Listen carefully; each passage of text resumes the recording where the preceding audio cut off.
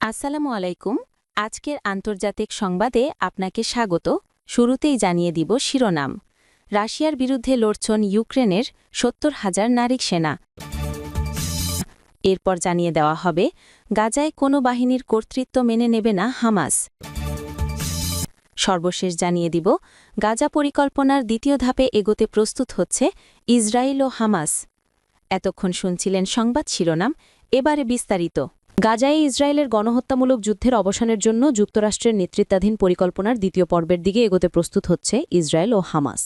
তবে অবরুদ্ধ ফিলিস্তিনি উপত্যকার একটি আন্তর্জাতিক স্থিতিশীলতা বাহিনীর অনির্ধারিত ভূমিকা নিয়ে মতভেদ দেখা দিয়েছে দুপক্ষের মধ্যে। হামাসের জ্যেষ্ঠ কর্মকর্তা বাসেম নাইম রোববার ৭ ডিসেম্বর বলেছেন, মার্কিন খসড়া প্রস্তাবটির জন্য অনেক ব্যাখ্যা প্রয়োজন। চলমান যুদ্ধবিরতির সময় অস্ত্র ব্যবহার বন্ধ রাখা নিয়ে আলোচনা করতে হামাস প্রস্তুত থাকলেও আন্তর্জাতিক স্থিতিশীলতা বাহিনীর বা স্ট্যাবিলাইজেশন ফোর্সের নিরস্ত্রীকরণের দায়িত্ব নেওয়ার বিষয়টি তারা মেনে নেবে না। বাসেম নাইম বলেন, আমরা সীমান্ত সংলগ্ন এলাকায় জাতিসংঘের বাহিনীকে স্বাগত জানাই, যারা যুদ্ধবিরতি চুক্তি তদারকি করবে, লঙ্ঘন সম্পর্কে রিপোর্ট করবে এবং যে কোনো ধরনের উত্তেজনা রোধ করবে। তবে ফিলিস্তিনি ভূখণ্ডে এ বাহিনীর কোনো ধরনের কর্তৃত্ব থাকুক তা হামাস মানবে না। তার এই মন্তব্যটি এসেছে ইসরায়েলি প্রধানমন্ত্রী বেঞ্জামিন নেতানিয়াহুর মন্তব্যের পর। নেতানিয়াহু বলেছেন, তিনি এই মাসের শেষে মার্কিন পরিকল্পনা অনুসারে শান্তি প্রক্রিয়ার নতুন পর্বে প্রবেশ নিয়ে আলোচনা করতে প্রেসিডেন্ট ডোনাল্ড ট্রাম্পের সঙ্গে বৈঠক করবেন। তিনি বলেন, এই বৈঠকের মূল লক্ষ্য হবে গাজায় হামাসের শাসন শেষ করা এবং ছিট্টমহলটির নিরস্ত্রীকরণের জন্য প্রস্তাবিত পরিকল্পনায় থাকা তাদের প্রতিশ্রুতি পূরণ নিশ্চিত করা। জার্মান চ্যান্সেলর ফ্রেডেরিক মের্জের সঙ্গে এক সংবাদ সম্মেলনে নেতানিয়াহু বলেন, শান্তি প্রক্রিয়ায় আমাদের দ্বিতীয় পর্ব রয়েছে, যা কোনো অংশেই কম কঠিন নয়, আর তা হল হামাসের নিরস্ত্রীকরণ এবং গাজার মানসিককরণ দূর করা। ফিলিস্তিনি স্বাধীনতাকামী সংগঠন হামাসের অস্ত্র স্থগিত বা সংরক্ষণের বিষয়ে নাইমের মন্তব্য ইসরায়েলের পূর্ণ নিরস্ত্রীকরণের দাবি পূরণ করবে কিনা তা স্পষ্ট নয়। হামাসের ওই কর্মকর্তা বলেন, তার গোষ্ঠী প্রতিরোধের অধিকার ধরে রেখেছে এবং ফিলিস্তিনি রাষ্ট্র গঠনের লক্ষ্যে পরিচালিত প্রক্রিয়ার অংশ হিসাবে অস্ত্র সমর্পণ করা যেতে পারে, যেখানে সম্ভাব্য দীর্ঘমেয়াদী যুদ্ধবিরতি ৫ থেকে ১০ বছর স্থায়ী হতে পারে। গাজার জন্য যুক্তরাষ্ট্রের খসড়া পরিকল্পনা ফিলিস্তিনিদের স্বাধীনতার পথ খোলা রাখলেও নেতানিয়াহু দীর্ঘদিন ধরে তা প্রত্যাখ্যান করে আসছেন, এই বলে যে ফিলিস্তিনি রাষ্ট্র সৃষ্টি করা হামাসকে পুরস্কৃত করা শামিল হবে। ট্রাম্পের ২০ দফা পরিকল্পনাটি স্থিতিশীলতা বাহিনীর প্রতিষ্ঠা এবং একটি আন্তর্জাতিক শান্তি বোর্ডের অধীনে ফিলিস্তিনি সরকার গঠনের মতো পরিকল্পনার জন্য সাধারণ পথ পাতলে দেয়। তবে এতে কোনো নির্দিষ্ট বিবরণ বা সময়সীমা দেওয়া হয়নি। মার্কিন কর্মকর্তারা বলছেন, তারা আগামী বছরের শুরুতে গাজায় সেনা মোতায়েনের বিষয়টি নিয়ে আশা করছেন, কিন্তু ইন্দোনেশিয়ার মতো দেশ সেনা সরবরাহ করতে সম্মত হলেও এই বাহিনী গঠনের কোনো রূপরেখা নেই এবং এর সঠিক কাঠামো, কমান্ড ব্যবস্থা এবং দায়িত্বসমূহ এখনও সংজ্ঞায়িত করা হয়নি। ইসরায়েলের প্রধানমন্ত্রী নেতানিয়াহুকেও পরিকল্পনার অস্পষ্টতা স্বীকার করতে দেখা যায়। তিনি রোববার প্রশ্ন রেখে বলেন, সময়সীমা কি হবে, কোন বাহিনী আসছে, আমাদের কি আন্তর্জাতিক বাহিনী থাকবে, না থাকলে বিকল্প কি, এইসব বিষয় নিয়ে আলোচনা চলছে। ইসরায়েলি প্রধানমন্ত্রী বলেন, এই পরিকল্পনার দ্বিতীয় পর্ব, যা অক্টোবরের ৭ তারিখের হামলায় নিহত শেষ ইসরায়েলি বন্দীকে একজন পুলিশ কর্মকর্তা হামাস ফিরিয়ে দিলে শুরু হবে, তা আরও কঠিন হবে। এই পরিকল্পনার প্রথম পর্ব ইতোমধ্যেই কঠিন প্রমাণিত হয়েছে, কারণ যুদ্ধবিরতি চলাকালীনও ইসরায়েল গাজায় বোমা হামলা অব্যাহত রেখেছে, যার ফলে স্বাস্থ্য কর্মকর্তাদের মতে ৩৭০ জনেরও বেশি ফিলিস্তিনি নিহত হয়েছে। অন্যদিকে ইসরায়েল হামাসের বিরুদ্ধে বন্দী ফেরতের প্রক্রিয়া দীর্ঘায়িত করার অভিযোগ এনেছে। ইসরায়েলি সেনাবাহিনী হলুদ রেখাকে নতুন সীমান্ত বলছে। পরিকল্পনার প্রাথমিক পদক্ষেপে ইসরায়েলি বাহিনী গাজায় তথাকথিত হলুদ রেখার পিছনে নিজেদের অবস্থান থেকে সরে যায়, যদিও ইসরায়েলি সেনাবাহিনী এখনও এই অঞ্চলের ৫৩% নিয়ন্ত্রণে রয়েছে। ইসরায়েলি সেনাবাহিনী রোববার বলেছে যে এই সীমারেখাটি এখন নতুন সীমান্ত। ইসরায়েলি সেনাপ্রধান লেফটেন্যান্ট জেনারেল ইয়াল জেমির বলেন, আমাদের গাজা উপত্যকার বিস্তৃত অংশগুলিতে অপারেশনাল নিয়ন্ত্রণ রয়েছে এবং আমরা সেই প্রতিরক্ষা রেখাগুলিতেই থাকব।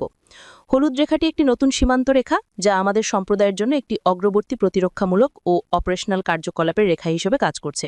এদিকে কাতারের প্রধানমন্ত্রী শেখ মোহাম্মদ বিন আব্দুর রহমান বিন জসিম আল থানি শনিবার দোহা ফোরামে সতর্ক করে বলেন, যুদ্ধবিরতি একটি ক্রিটিক্যাল মুহূর্তে রয়েছে এবং স্থায়ী চুক্তির দিকে দ্রুত অগ্রগতি না হলে এটি ভেঙে পড়তে পারে।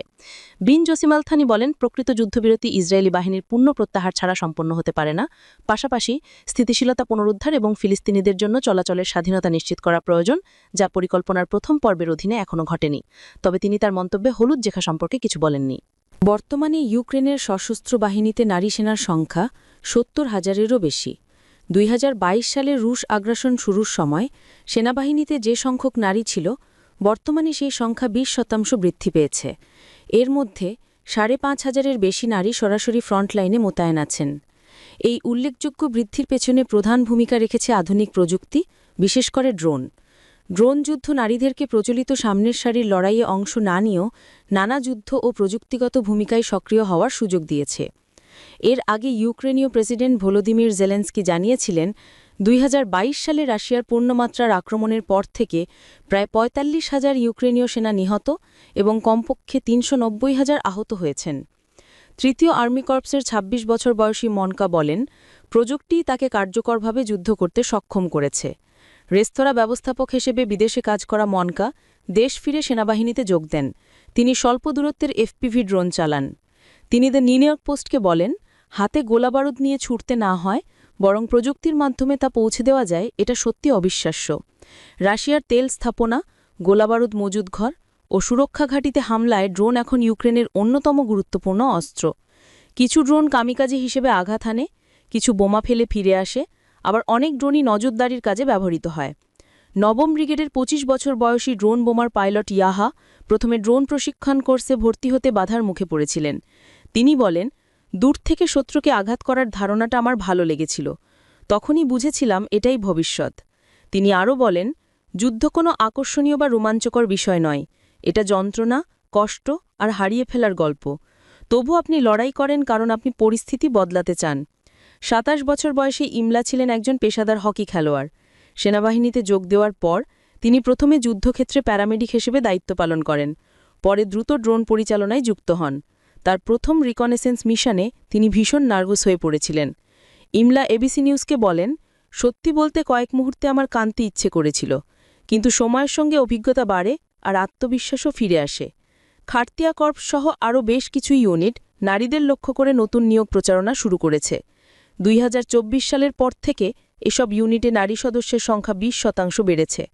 খার্তিয়ার জনসংযোগ কর্মকর্তা ভলোদিমির দেহতিয়ারভ বলেন, সাম্প্রতিক মাসগুলোতে অসংখ্য নারী আমাদের কমব্যাট ইউনিটে যোগ দিয়েছেন এবং সফলভাবে কাজ করছেন। যত প্রযুক্তি আসছে, বিশেষ করে ড্রোন, ততই ঐতিহাসিকভাবে পুরুষনির্ভর পেশাগুলো নারীদের জন্য উন্মুক্ত হচ্ছে।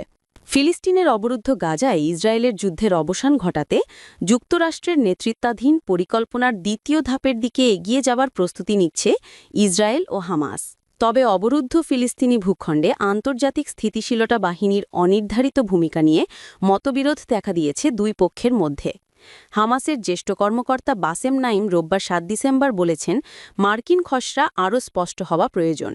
যুদ্ধবিরতি চলাকালীন অস্ত্রের ব্যবহার বন্ধ করার বিষয়ে আলোচনা করতে হামাস প্রস্তুত থাকলেও যে কোনো আন্তর্জাতিক স্থিতিশীল বাহিনী নিরস্ত্রীকরণের দায়িত্ব নিলে তা তারা মেনে নেবে না। তিনি বলেন, আমরা সীমান্ত সংলগ্ন এলাকায় সংযুক্ত রাষ্ট্রের বাহিনীকে স্বাগত জানাই, যারা যুদ্ধবিরতি চুক্তি তদারকি করবে, লঙ্ঘন সম্পর্কে রিপোর্ট করবে এবং যে কোনো ধরনের উত্তেজনা রোধ করবে।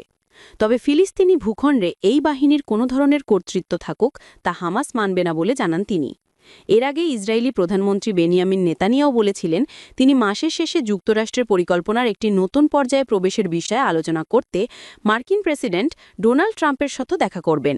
বৈঠকের মূল বিষয় হবে গাজায় হামাসের শাসনের অবসান ঘটানো এবং উপত্যকাটির নিরস্ত্রীকরণের জন্য প্রস্তাবিত পরিকল্পনায় থাকা তাদের প্রতিশ্রুতি পূরণ নিশ্চিত করা। হামাসের অস্ত্রের ব্যবহার বন্ধ বা সংরক্ষণের বিষয়ে বাসেম নাইমের মন্তব্য, ইসরায়েলের পূর্ণ নিরস্ত্রীকরণের দাবি পূরণ করবে কিনা তা স্পষ্ট নয়। তিনি বলেন, হামাস প্রতিরোধের অধিকার বজায় রেখেছে এবং ফিলিস্তিনি রাষ্ট্র গঠনের লক্ষ্যে পরিচালিত প্রক্রিয়ার অংশ হিসেবে অস্ত্র সমর্পণ করা যেতে পারে, যেখানে সম্ভাব্য দীর্ঘমেয়াদী যুদ্ধবিরতি ৫ থেকে ১০ বছর স্থায়ী হতে পারে। গাজার জন্য যুক্তরাষ্ট্রের খসড়া পরিকল্পনা ফিলিস্তিনিদের জন্য স্বাধীনতার দরজা উন্মুক্ত করেছে, কিন্তু বেনিয়ামিন নেতানিয়াহু বরাবরই এটি প্রত্যাখ্যান করে আসছেন। তিনি জোর দিয়ে বলেছেন, ফিলিস্তিনি রাষ্ট্রের সৃষ্টি হামাসকে পুরস্কৃত করার শামিল হবে।